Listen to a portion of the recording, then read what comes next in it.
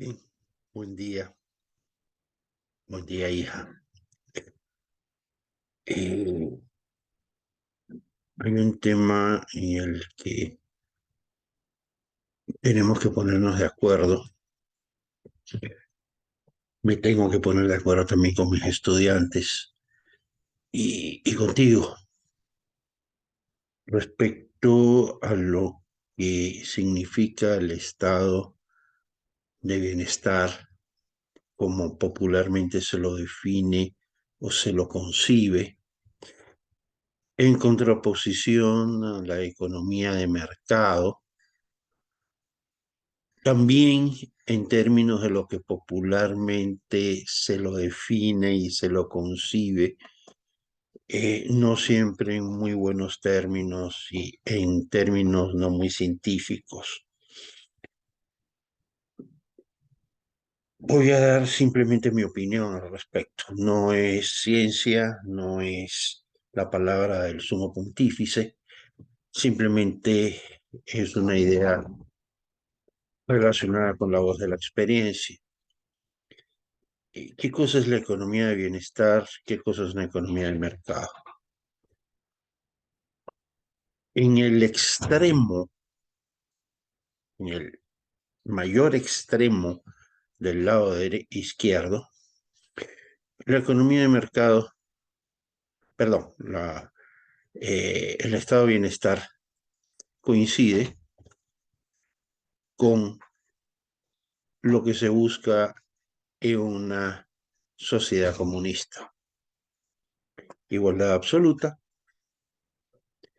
en lo posible no circulación de dinero, suerte de almacén donde todos llegan, dejan lo que han hecho y cogen lo que necesitan de ese almacén que ha sido provisto por todos, donde nadie tiene más que nadie porque la propiedad es común. Originalmente en el socialismo, pues administrada por el Estado, luego en la última etapa, en el comunismo, pues el Estado desaparece y la propiedad se convierte en algo común, desaparece. El centro gravitacional de este extremo, repito, es la inexistencia de propiedad privada o la eliminación de la propiedad privada. Y en eso consiste precisamente ese proceso que se supone que debe desembocar en ese estado. El lado derecho extremo, pues se lo identifica básicamente por esa economía libertaria más que liberal, anarco-libertaria, en el sentido de que el Estado se lo minimiza al máximo a tal punto que debe desaparecer. Y en ese sentido los dos extremos se juntan, porque tanto en el extremo izquierdo como en el extremo derecho, el enemigo termina siendo el Estado. El Estado, el opresor, debe desaparecer. En el lado izquierdo se lo debe utilizar para acabar con la propiedad privada, llegar a la propiedad común y al final del camino el Estado desaparece. Por otro lado, el Estado desaparece porque es un opresor, porque es el origen de toda corrupción. Las posiciones de Jean Locke, que tú las conoces perfectamente, versus Juan Jacobo Rousseau, o Jean Locke frente a Hobbes, o los padres fundadores, especialmente Jefferson, especialmente Thomas Paine, frente a Hobbes o frente a lo que fueron los jacobinos en la Revolución Francesa. Esos extremos. Bien, esos extremos en la práctica no existen. De hecho, el extremo izquierdo, que intentó existir, jamás llegó a ese punto donde el Estado desapareciera. De hecho, el Estado se fortaleció a tal punto que finalmente termina fracasando. Entonces, esos extremos, yo creo que en la realidad no se dan. Lo que se da en la realidad es lo que tú llamas sistemas mixtos. Y en realidad todos son sistemas mixtos. Como dentro de un sistema mixto definimos lo que es un sistema mixto sesgado hacia el socialismo o ese sistema mixto sesgado hacia la economía de mercado. Es lo que más o menos tenemos que ver. Y las ideas centrales que definen lo uno y lo otro giran en torno a muy pocas ideas que son fundamentales. La primera es la propiedad privada. No solamente la existencia de la propiedad privada, sino la existencia, no solo la existencia tolerada de la propiedad privada, como lo ven algunos, sino la existencia de la propiedad privada como un derecho fundamental. En la economía de mercado, la propiedad privada es fundamental. Para Juan Jacobo Rousseau, la propiedad privada es la fuente de toda corrupción. Para Jefferson, la fuente de toda corrupción es el Estado. Entonces, ese elemento, propiedad privada, es fundamental. La propiedad privada como derecho fundamental, es lo que define a la economía de mercado. Pero hay otros elementos que también definen a la economía del mercado. Y el otro elemento que hay que observar es la relación entre el Estado y el ciudadano, el Estado y el ser humano, el Estado y el individuo. En la economía del bienestar, el Estado es primero. ¿Por qué? Porque es el responsable del individuo. El individuo le entrega sus libertades al Estado, entre ellas sus impuestos, pero además una serie de libertades propias, individuales, y el Estado a cambio se hace responsable del bienestar del individuo. Entonces el Estado es el que provee salud, provee educación, pero lo hace básicamente porque libera al individuo, lo libera de sus obligaciones y por lo tanto también lo libera de algunos de sus derechos. En la otra óptica, la economía de mercado, el elemento central es el individuo, no es el Estado. Y de hecho, la constitución que te voy a mostrar, que quiero ver contigo, que es la constitución de Suiza, un país que es ejemplo de, de, de bienestar, de estado de bienestar. Es, sin embargo, la economía más liberal que hay en el mundo. Es la economía con mayores rasgos de lo que podríamos llamar una economía de mercado, sin dejar de ser un estado de bienestar. Pero aquí la clave, ¿cuál es? El individuo es lo importante. El Estado está para servir al individuo. La Constitución, por lo tanto, no está para defender al Estado. La Constitución está para defender al individuo. La Constitución de Suiza al individuo le reconoce sus derechos naturales, fundamentales, pero también le exige sus derechos, sus deberes. Al Estado no le reconoce derechos, sino obligación de respetar los derechos de los individuos. Y eso lo vamos a ver a lo largo de toda la Constitución. Lo importante para ellos son los derechos individuales.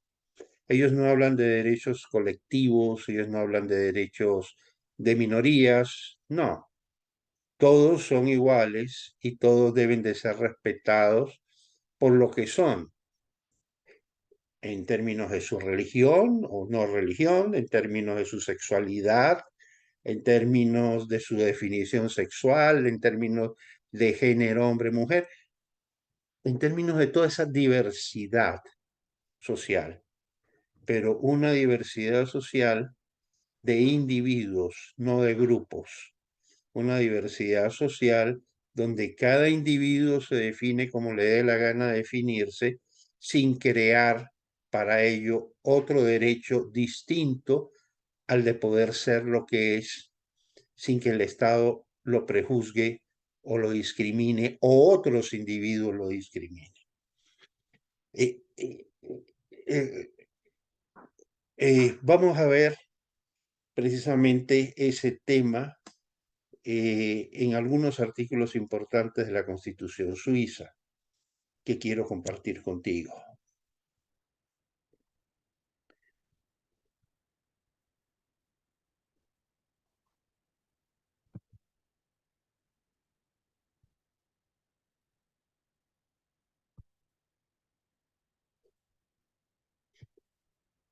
Empecemos por el preámbulo de la Constitución.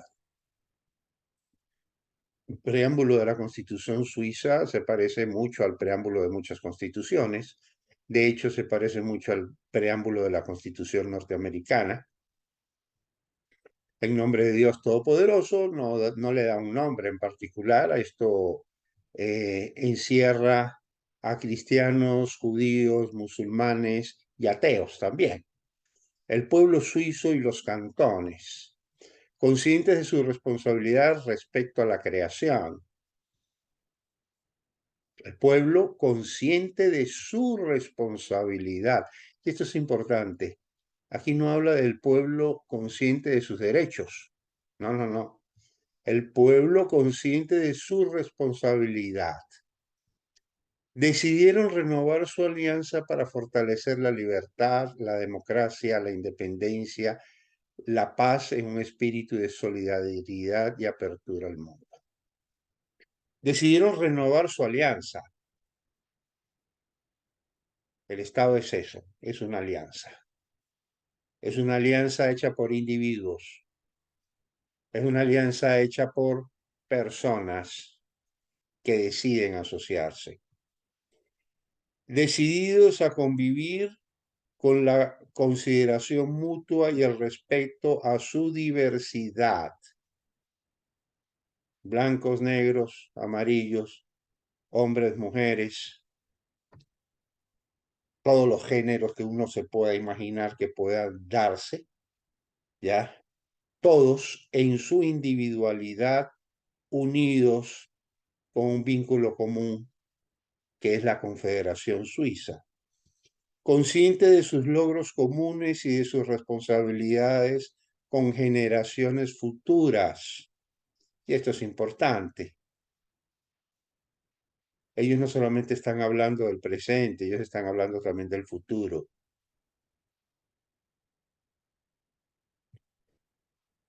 Y esto es lo más importante porque es lo que los define a ellos ideológicamente como liberales.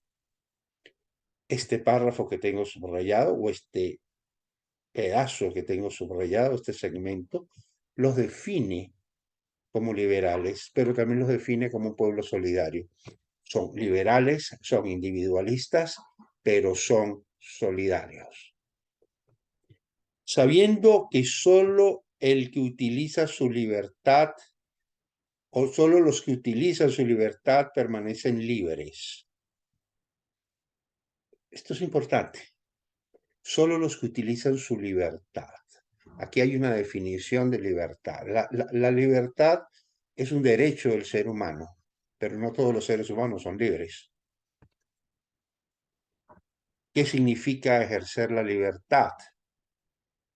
Significa ejercer sus propios derechos, sobre todo el derecho al trabajo, sobre todo el derecho a la creatividad, sobre todo el derecho a buscar tu propia felicidad, como lo define la Declaración de Independencia de los Estados Unidos.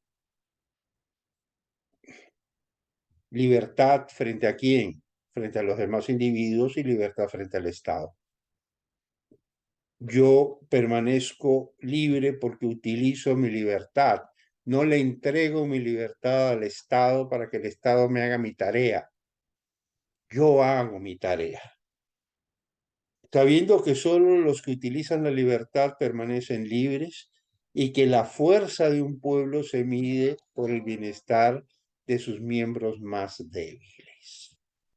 Esto es, para mí es impresionante, porque son individualistas, porque defienden su independencia frente al poder político, pero están conscientes de que su fuerza se la mide por el bienestar de los más pobres. En otras palabras, yo soy más fuerte, yo tengo una sociedad más feliz en la medida que tenga menos pobres. Yo no estoy hablando del pueblo, estoy hablando de mí como individuo, la fuerza que puede tener mi colectivo social se la mide por el bienestar de los más débiles, de los más pobres. Son liberales, pero no por ello son inconscientes. No por ser liberales son insensibles. Y eso lo vamos a ver más adelante. Artículo 2. Objetivos. Los objetivos de la Constitución y de la Confederación. ¿Por qué se confederan? La Confederación Suiza protegerá la libertad y los derechos del pueblo, salvaguardando la independencia y la seguridad del país. Algo bien simple, algo que cabe en muy pocas palabras. La libertad, los derechos del pueblo y salvaguardando la independencia. Es básicamente, si uno lee esta constitución, es como que estuviera leyendo a John Locke o como si estuviera leyendo a Thomas Jefferson. Los objetivos son cortitos. El segundo, promoverá el bienestar común, el desarrollo sostenible, la cohesión interna y la diversidad cultural. Esto es mucho más moderno, no es de la época de Locke ni es de la época de Jefferson. Y aquí empiezan a entrar otros elementos que son de la modernidad. Garantizar la mayor igualdad de oportunidades posibles entre los ciudadanos. Y aquí habla de algo importante. Garantizar la mayor igualdad, pero no la igualdad entre las personas, no la igualdad económica, no que el uno consume igual que el otro, no. La igualdad de oportunidades calificadas como posibles. Ellos se cuidan mucho en esto, en su constitución. Ellos saben que hay un límite. Ellos saben que hay un límite que define lo posible. Entonces, ellos lo que procuran es, como objetivo del Estado, garantizar la mayor igualdad de oportunidades. ¿Por qué? Porque finalmente el responsable de la vida de cada quien es cada individuo. Cada individuo ve cómo aprovecha sus oportunidades. Entonces, lo importante es las oportunidades, no los resultados. Las oportunidades dependen de esta gestión que puede hacer la Confederación. Los resultados dependen fundamentalmente del esfuerzo de cada individuo. No garantizan, por lo tanto, igualdad de resultados, garantizan igualdad de oportunidades dentro de lo posible.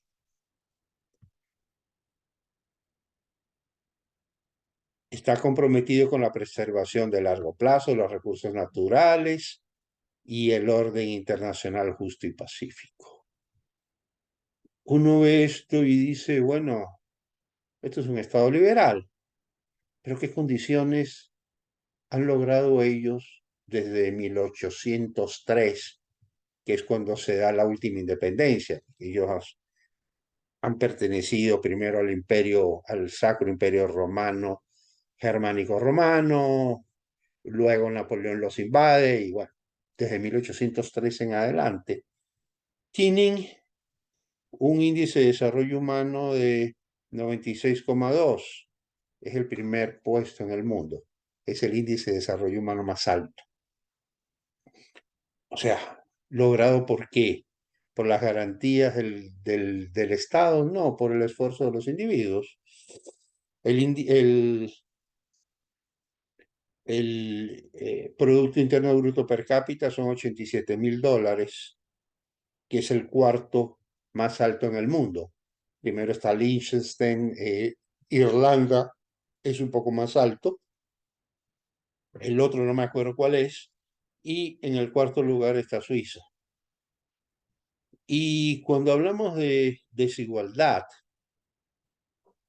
resulta que el índice de Gini en Suiza está en 31,2, también entre las sociedades más igualitarias del mundo, no solo de Europa, del mundo entero.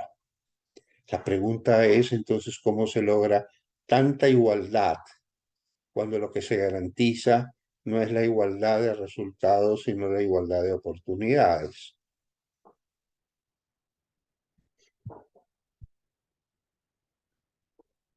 Los cantones.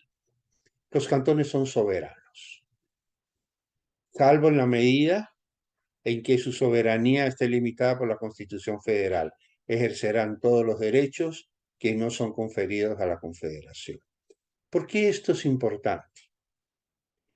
Porque dentro de la clasificación más o menos reconocida a partir de la Revolución Francesa entre izquierda y derecha, entre jacobinos y girondinos, los girondinos a la derecha eran federalistas. Los Estados Unidos se constituye como una nación federal, siguiendo precisamente las ideas de John Locke, que son también las ideas girondinas. Bien, Suiza es el extremo del federalismo, tan extremo que define a sus cantones como soberanos. La soberanía, hay una soberanía nacional, que es la de la Confederación, pero cada cantón es soberano, cada cantón toma sus propias decisiones, maneja su propio presupuesto, etcétera, etcétera, etcétera. Existe una dispersión del poder del Estado, tal como Jefferson lo había propuesto y lo había predicado. El Estado es la fuente de corrupción, su poder debe estar lo más diluido posible. Y más diluido que en Suiza resulta imposible ver. Llegan al extremo de declarar a los cantones como soberanos. Toda la actividad del Estado estará basada y limitadas por la ley. Todas las actividades del Estado. Esto es importante, ¿por qué? Porque no tiene un Estado de esos creativos como ocurre en América Latina, donde en la campaña electoral se ofrece de todo y al final se trata de hacer de todo. No importa si se puede o no se puede. Ellos parten de un principio, el Estado no puede ir más allá de lo que la ley le dice, todas las actividades del Estado están limitadas. No hay creatividad, hay seguridad jurídica. El Estado no puede ir más allá de sus propias prerrogativas. Las actividades del Estado deben llevarse a cabo en aras del interés público y ser proporcionales a los fines buscados. El Estado tiene que tener objetivos claros. ¿A dónde quiere llegar? Y esas actividades deben de estar en relación con los fines buscados. Esto en términos de una economía de bienestar es fundamental, porque bajo la bandera de economía del bienestar o de estado del bienestar, yo veo que el Estado hace lo que sea, crea los ministerios que quiere, hace un montón de cosas. No, no, no, ¿a dónde quieres llegar y cómo vas a llegar y cuánto vas a gastar en el camino que vas a emprender? Las instituciones estatales y los particulares actúan de buena fe. Esto es fundamental. Yo no conozco otra constitución que tenga este artículo. Es decir, no partimos del hecho de que el contribuyente, que el ciudadano sea un delincuente. Partimos que todos actúan de buena fe. Y el Estado no solo tiene que considerar que el individuo actúa de buena fe, sino que también el Estado y los agentes del Estado deben de actuar de buena fe con los individuos. Aquí vamos ya viendo ese perfil individualista, ese perfil de protección al ciudadano frente a posibles abusos del Estado. La Constitución protege al ciudadano y lo protege del Estado. El Estado no está para proteger al ciudadano necesariamente. La Constitución sí está para proteger al ciudadano del Estado, poniéndole límites. La subsidiariedad. Aquí entramos y ya comenzamos a entrar en lo que podríamos definir como un estado de bienestar. El principio de subsidiariedad debe respetarse en la asignación y ejecución de tareas estatales. En otras palabras, las tareas del Estado deben estar y de tener prioridad sobre las tareas, la subsidiariedad debe tener su prioridad dentro de las tareas del Estado. Responsabilidad individual y colectiva. Y aquí venimos a definir ya lo que es una economía de mercado dentro de la Constitución. Todos los individuos asumirán la responsabilidad de sí mismos. En otras palabras, el individuo no puede esperar ni debe esperar que el Estado le resuelva el problema. Que el Estado le dé esto, que el Estado le dé lo otro, que el Estado le dé lo demás allá. Cada individuo es responsable de sí mismo, de acuerdo con sus capacidades, contribuirán al cumplimiento de las tareas del Estado y de la sociedad. Cada individuo tiene por responsabilidad a sí mismo, su familia. No es el Estado el responsable del individuo, no es el Estado el responsable del bienestar de la familia, es cada individuo. Aunque cada individuo tiene responsabilidades sí con el Estado, que significa responsabilidades con terceros. Toda persona es igual ante la ley. Ninguna persona puede ser discriminada. Hombres y mujeres tienen los mismos derechos. La ley dispondrá la eliminación de desigualdades que afecten a personas con discapacidad. Y esto de aquí es fundamental. ¿Por qué hablamos de discapacidad? Lo vamos a ver un poco más adelante. Protección contra la conducta arbitraria. Toda persona tiene derecho a ser tratada por las autoridades estatales de buena fe y de manera no arbitraria. Cuando hablamos de protección contra la conducta arbitraria, no estamos hablando de la conducta de los individuos, estamos hablando de la conducta del Estado.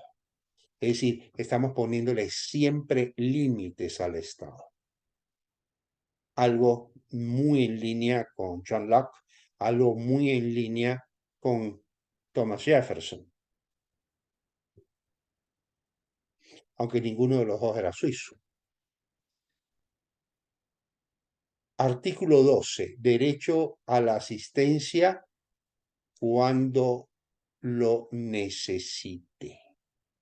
Y este derecho está definido como un derecho a un estándar de vida razonable.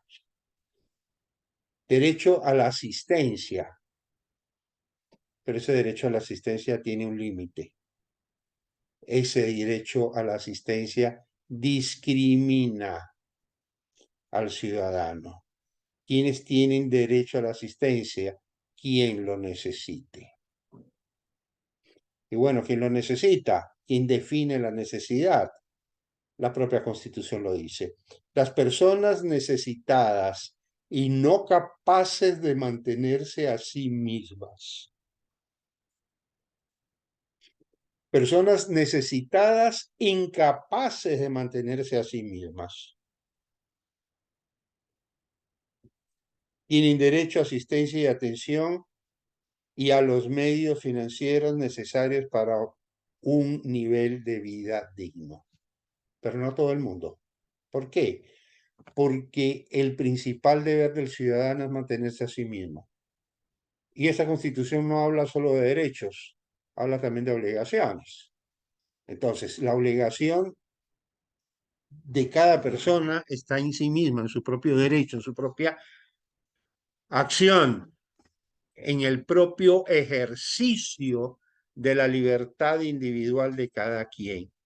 Ejercer la libertad significa velar por sí mismo, no depender de otro. Yo soy libre, me mantengo a mí mismo.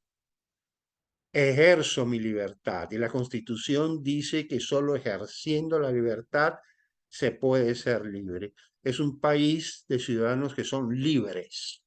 ¿Y son libres por qué? Porque ejercen la libertad. ¿Qué significa ejercer la libertad?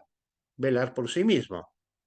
Aquellas personas que no son libres, que no pueden ejercer su libertad porque no tienen capacidad para hacerlo, entonces tienen derecho a la asistencia y atención de medios financieros necesarios para un nivel de vida digno. Vamos poniéndole entonces límite a ese estado de bienestar. ¿Quién tiene la obligación de cada individuo? Cada individuo con su propio trabajo.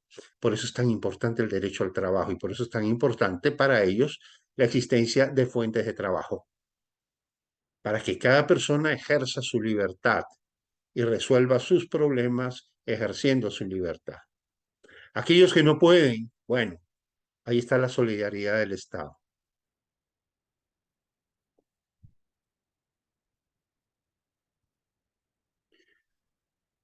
Bueno, aquí hay algunas libertades que he puesto, es un montón de libertades, pero todas van más o menos en la misma línea. Libertad para usar cualquier idioma, es un país que tiene 4 idiomas oficiales y la gente pues puede hablar el idioma que le dé la gana, no hay límite en eso.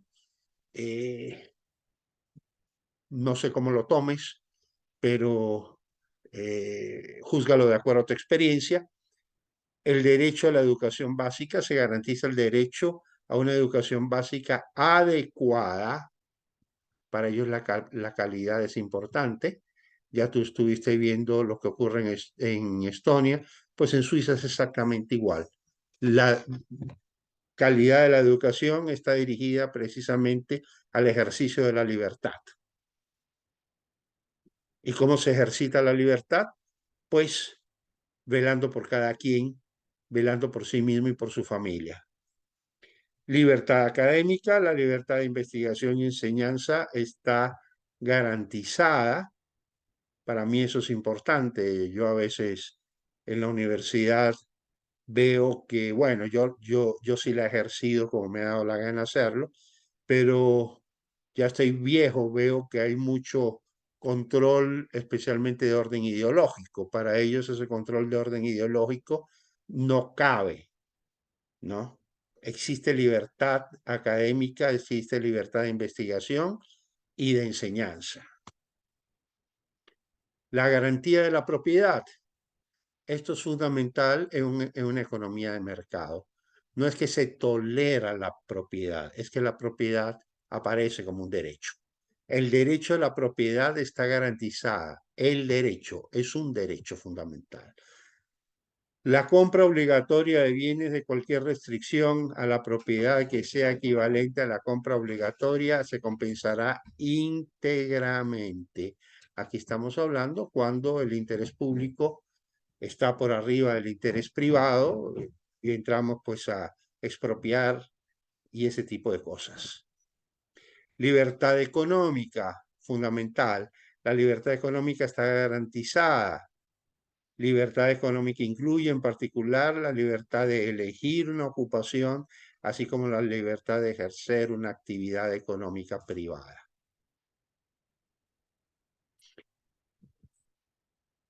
La libertad económica está entre los derechos fundamentales. Defensa de los derechos fundamentales. Los derechos fundamentales deben de respetarse en todo el ordenamiento jurídico.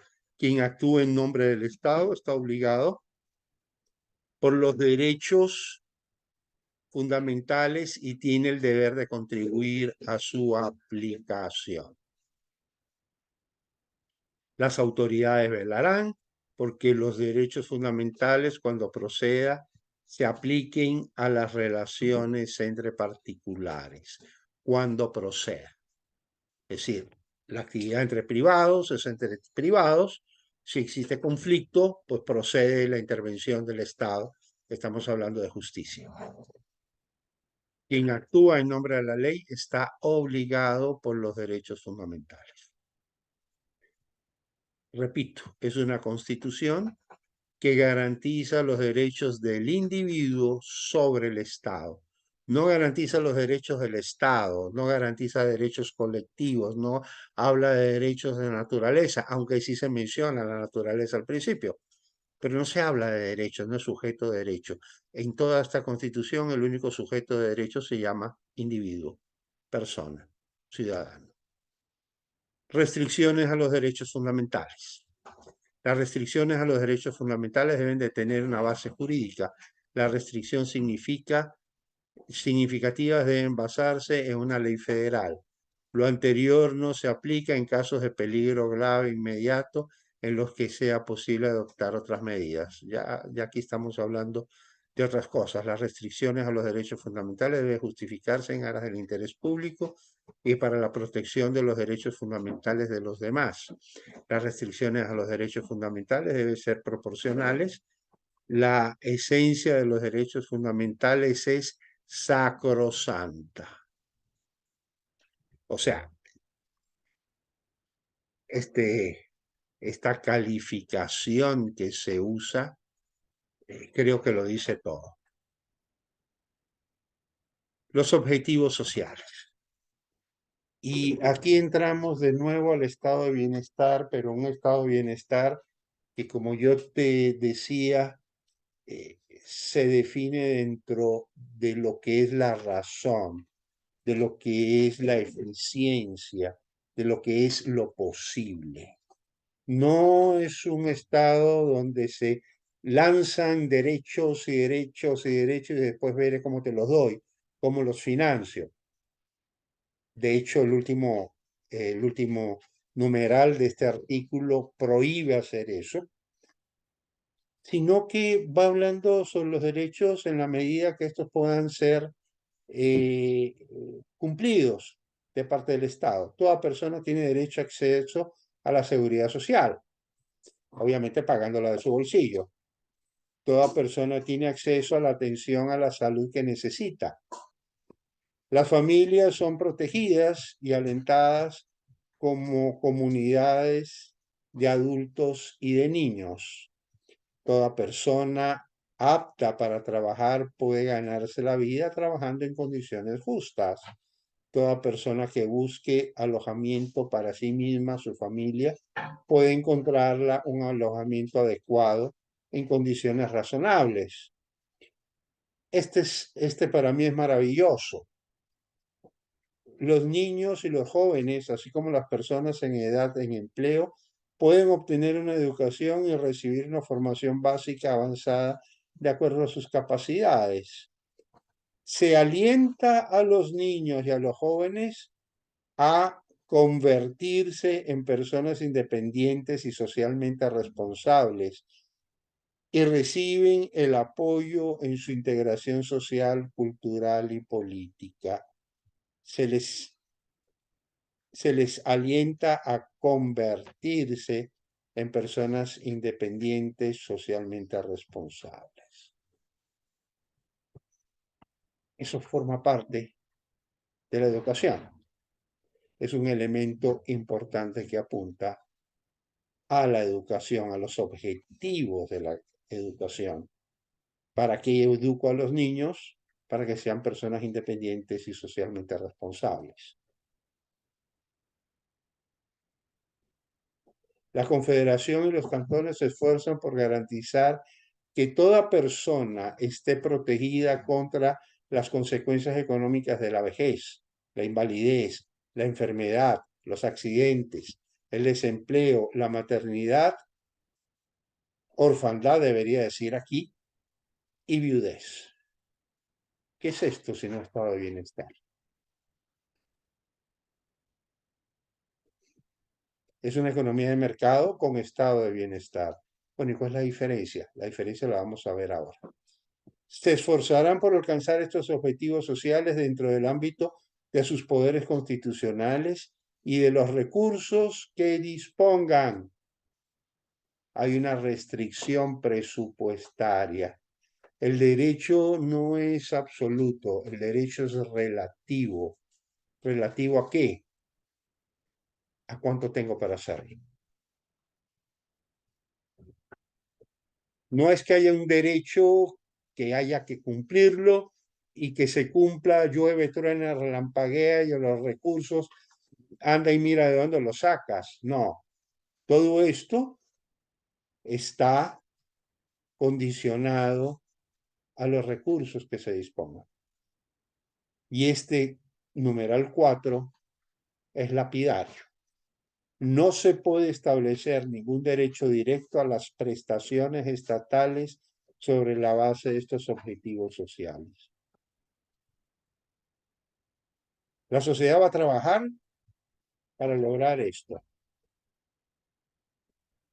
Que las personas viejas estén protegidas con una pensión.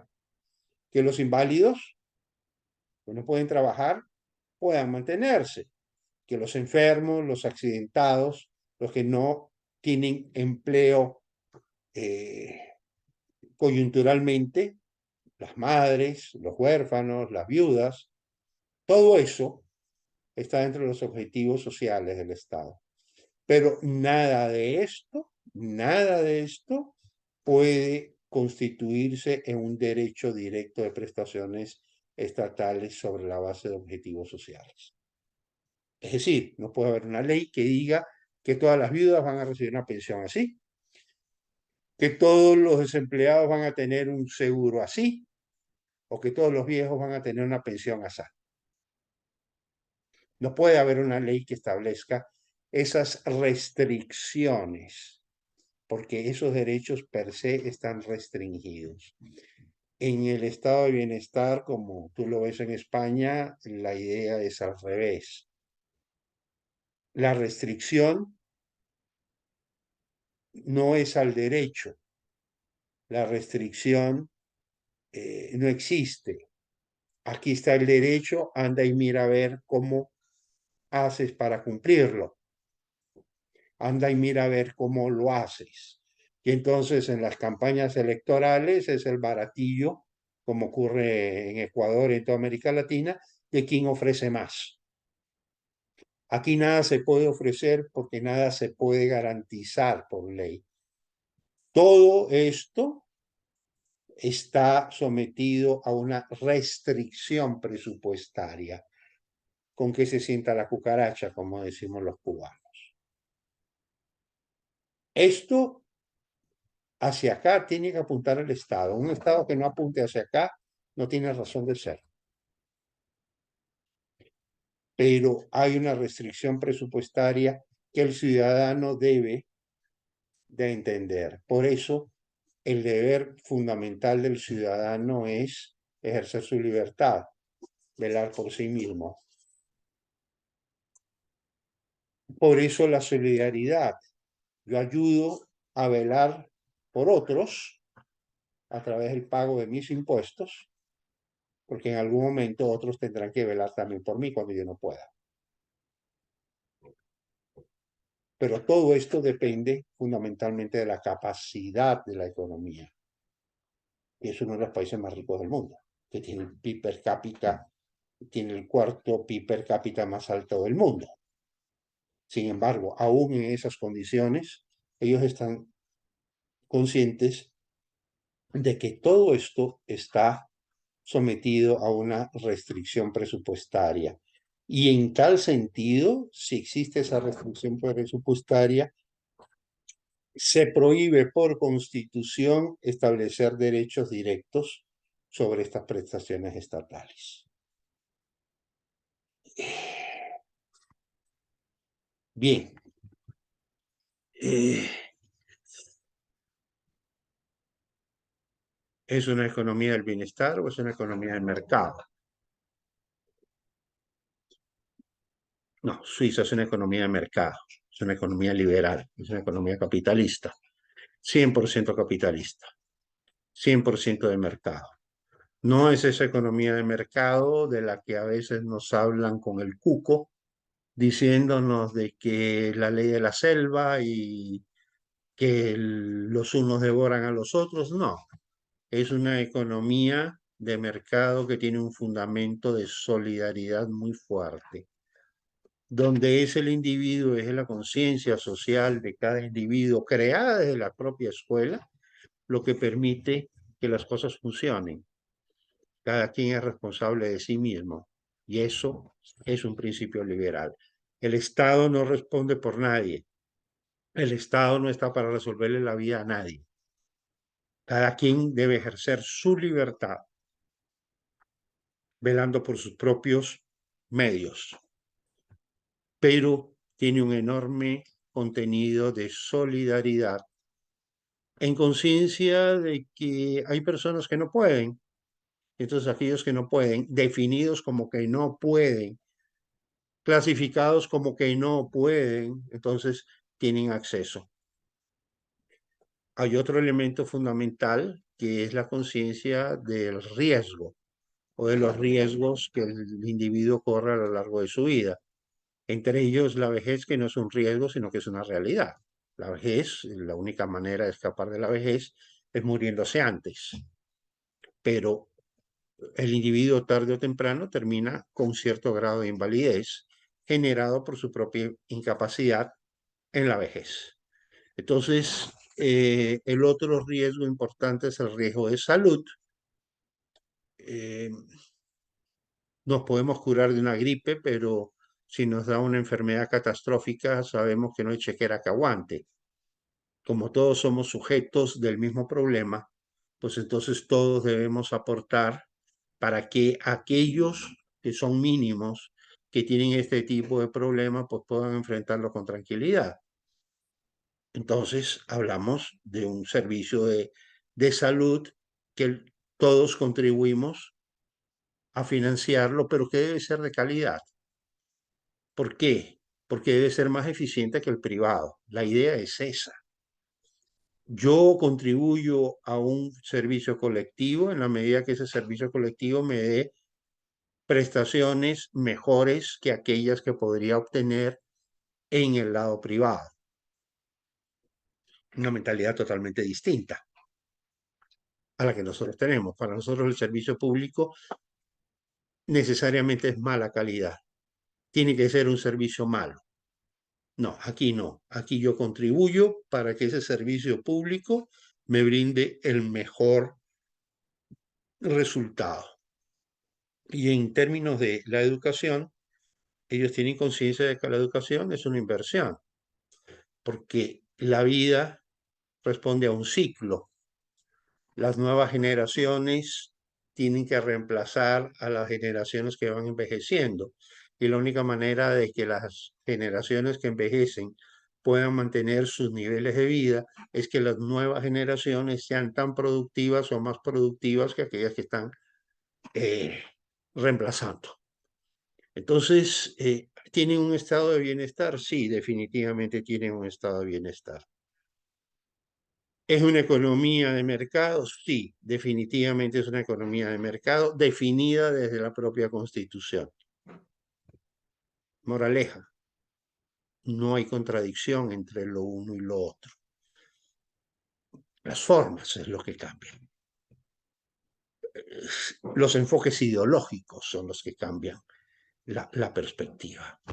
Bien, espero que lo que te haya mostrado en un determinado momento te sea útil y podamos conversar más sobre esto. Sé que te estoy creando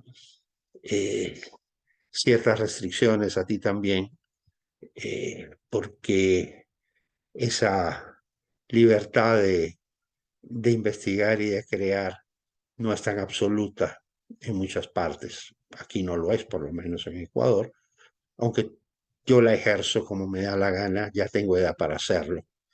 Y finalmente me importa un pepino lo que pueda ocurrir, pero esas limitaciones, pues, sí existen de alguna manera. Eh, un abrazo grande. Hasta aquí llego con este video.